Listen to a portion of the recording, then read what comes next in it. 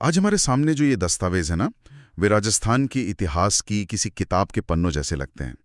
इनमें लोक देवियों की कहानियां हैं, पर ये सिर्फ मंदिरों की कोई लिस्ट नहीं है।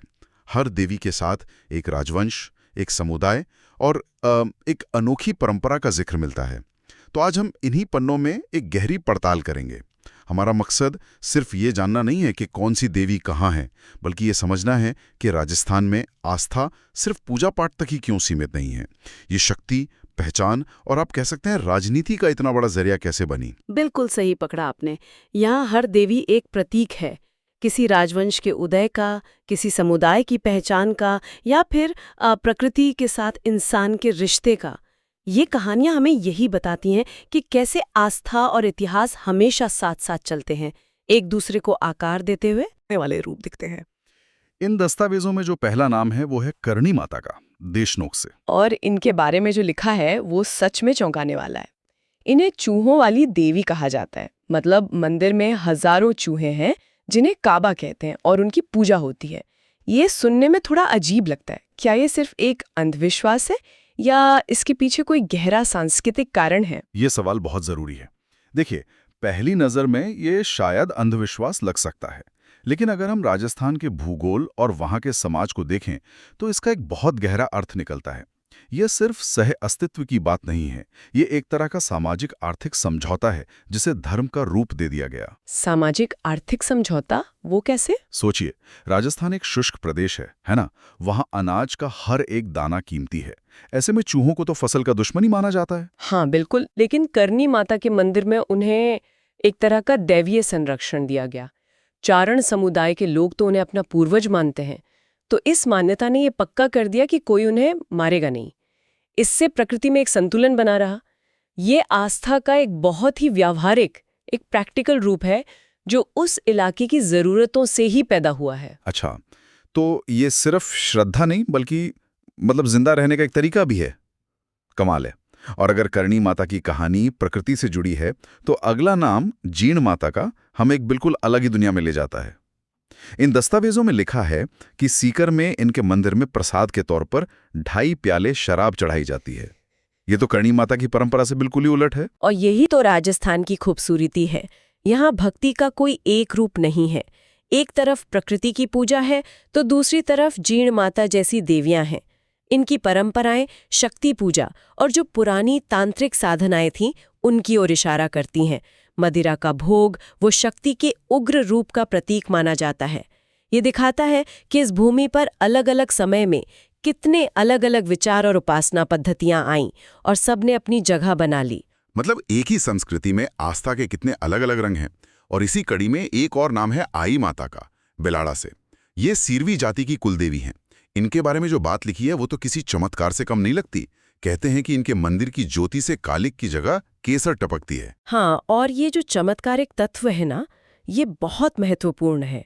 जहाँ करणी माता की आस्था व्यवहारिकता से जुड़ी है, वहीं आई माता की आस्था सीधे सीधे देवी के दिव्य होने के प्रमाण से जुड़ जाती है। ज्योति से केसर टपकना सिर्फ एक कहानी नहीं रह जाती, ये उस समुदाय के लिए देवी की मौजूदगी का एक रोज का सबूत बन जाती है। ये उनकी आस्था को एक ठोस आधार देती है।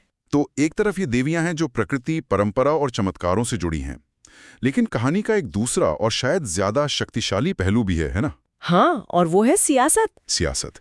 जब राजवंश अपनी पहचान बनाते हैं तो वो अपनी देवी को सबसे आगे रखते हैं, और आमेर की शिला देवी इसकी सबसे बड़ी मिसाल है। बिल्कुल।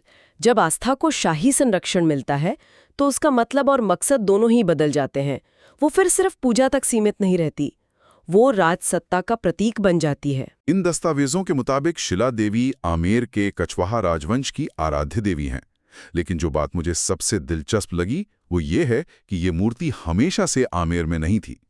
16वीं सदी के अंत में जब मुगल बादशाह अकबर का दौर था, तब महाराजा मानसिंह प्रथम इसे बंगाल के राजा केदार को हराकर जैसौर से लाए थे।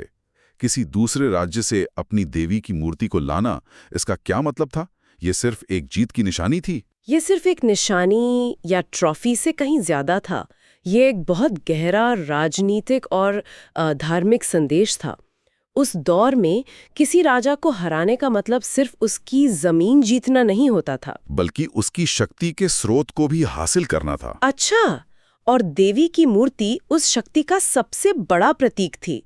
तो जब मानसिंह उस मूर्ति को बंगाल से आमेर लाए तो वे दुनिया को ये बता रहे थे कि उन्होंने सिर्फ राजा केदार को नहीं हराया, बल्कि उनकी दैवीय शक्ति को भी अपने अधीन कर लिया है और उसे अपनी राजधानी में स्थापित कर दिया है। ये तो कमाल है। मतलब आज के जमाने में जिसे हम सॉफ्ट पावर कहते हैं, वो उस दौर में मूर्ति और आस्था के रूप में मौजूद थी। हाँ, आप इसे ऐसा कह सकते हैं। ये अपनी राजनीतिक शक्ति को एक तरह की दिव्य स्वीकृति दिलवाने का तरीका था और साथ ही इसने आमेर के धार्मिक परिदृश्य को भी बदला। बंगाल की शक्ति परंपरा का राजस्थाना की वैष्णव भक्ति के साथ एक नया संगम हुआ, जिसने कछवाहा राजवंश को एक नई और ज्यादा शक्तिशाली पहचान दी। और ऐसा लगता है कि ये सिर्फ कछवाहा राजवंश तक ही सीमित नहीं था। इन दस्तावेजों में एक और ऐसा ही उदाहरण है, जोधपुर के राठौर वंश की कुलदेवी नागणेची माता। यहाँ और भी हैरान करने वाली बात यह है कि इनकी मूल मूर्ति जो लकड़ी की थी, उसे 13वीं-14वीं सदी के आसपास राव दूहड़ कर्नाटक से लाए थे। राजस्थान का कर्नाटक से संबंध, ये तो सोचने वाली बात है। बिल्कुल, ये हमें उस दौर के उन व्यापारिक और राजनीतिक संबंधों की झलक देता है जिनके बारे में हम ज्यादा नहीं जानते। यह बताता है कि उस समय भारत कितना ज्यादा जुड़ा हुआ था। एक नए नए उभरते हुए राजवंश के लिए, जैसे उस समय राठौड़ थे, अपनी जड़ों को किसी प्राचीन और शक्तिशाली जगह से जोड़ना बहुत जरूरी था। हाँ, वैधता के लिए। सही कहा। कर्नाटक से लाई गई देवी की मूर्ति ने उन्हें वही वैधता और गौरव प्रदान किया। तो यहाँ एक पैटर्न साफ दिखता है। हर बड़ा राजवंश अपनी एक कुल देवी को अपनी पहचान का केंद्र बनाता है। वो देवी उनके वंश की रक्षक भी है और उनकी सत्ता की गारंटर भी। लेकिन ये कहानियां सिर्फ राजा महाराजाओं की तो नहीं है। असल में इनकी जड़ें तो आम समुदायों में ज्यादा गहरी हैं ना? निश्चित रूप से। राजवंश तो आते जाते रहते हैं, लेकिन ये देवियां सदियों से लोगों के जीवन का हिस्सा रही हैं। करौली की कैला देवी को ही ले लीजिए। ये करौली के यदुवंश की कुलदेवी तो है, लेकिन उनकी असली पहचान उनके भक्तों द्वारा गाए जाने वाले लांगुरिया गीत हैं। हाँ, इन गीतों का जिक्र इन दस्तावेजों में भी है। और ये बहुत महत्वपूर्ण है। जब भक्ति लोकगीतों, मेलों और त्योहारों का हिस्सा बन जाती है, तो वो सिर्फ मंदिर की दीवारों में कैद नहीं रहती। वो लोगों के सुख, दुख, उनकी फसलों, उनके बच्चों के जन्म, हर चीज से जुड़ जाती है। लांगुरिया सिर्फ एक भजन नहीं है, ये उस पूरे समुदाय की सामूहिक खुशी और आस्था की अभिव्यक्ति है। ये संस्कृति का एक जीता जागता रूप है। बिल्कुल। और ये धारणा कि कुलदेवी सिर्फ राजपूत या योद्धा जातियों की होती हैं, वो भी शायद पूरी तरह सही नहीं है। मुझे यहाँ ओसियान की सचियाय माता का जिक्र मिला, जिन्हें ओसवालों की कुलदेवी बताया गया है। ओसवाल तो एक बड़ा व्यापारिक समुदाय है। ये एक बहुत ही अहम पॉइंट है। ये उस धारणा को तोड़ता है। ओसवाल समुदाय का अपनी कुलदेवी को मानना ये दिखाता है कि हर समुदाय, चाहे उसका पेशा कुछ भी हो, अपनी पहचान, एकता और सुरक्षा के लिए एक दिव्य संरक्षक की जरूरत महसूस होती थी। हाँ, ये तो है। यात्राओं की रक्षक और उनके व्यापार की संरक्षक भी थीं। और अब एक आखिरी उदाहरण जो इस पूरी परंपरा को आज के समय से जोड़ता है, जैसलमेर की तनोट माता।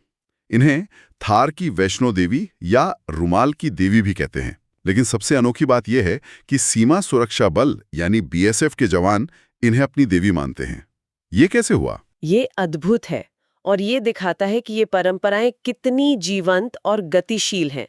तनोट माता हमेशा से एक क्षेत्रीय देवी थीं, लेकिन 1965 के भारत-पाक युद्ध के बाद उनकी ख्याति पूरे देश में फैल गई। माना जाता है कि उस युद्ध में मंदिर पर गिरे सैकड़ों बम फटे ही नहीं। वाकई? हाँ, उस चमत्कार के बाद से बीएसएफ ने मंदिर की जिम्मेदारी ले ली। मतलब एक क्षेत्रीय देवी देश की सीमा की रक्षक बन गई। हाँ, यहाँ आस्था किसी जाति या वंश से नहीं, बल्कि कर्तव्य और देश की रक्षा की भावना से जुड़ गई है। ये एक प्राचीन परंपरा का आधुनिक राष्ट्र राज्य के संदर्भ में एक नया विकास है। ये साबित करता है कि कुलदेवी की अवधारणा समय के साथ बदल सकती है और नए अर्थ ग्रहण कर सकती है। तो इन सभी जानकारियों को अगर हम समेटें तो क्या तस्वीर उभरती है? ये सिर्फ देवियों और मंदिरों की एक सूची नहीं है। ये असल में राजस्थान के समाज, उसकी संस्कृति और उसके इतिहास का एक जीता जागता नक्शा है। हर देवी एक कहानी कहती है, एक वंश का सफर बताती है, एक समुदाय की पहचान को सहेजती है। बिल्कुल, ये देवियां सिर्फ पूजी नहीं जाती, वे लोगों की पहचान का हिस्सा हैं।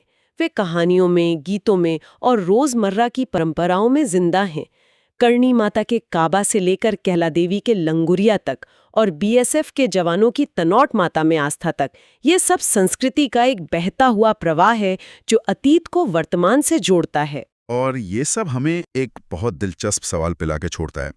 आज के इस आधुनिक युग में जब समुदाय और पहचान के मायने बदल रहे हैं, जब लोग अपने गांव और कस्बों से दूर शहरों में बस रहे हैं, तब इन कुल देवियों की भूमिका अपने लोगों के लिए कैसे विकसित हो रही होगी?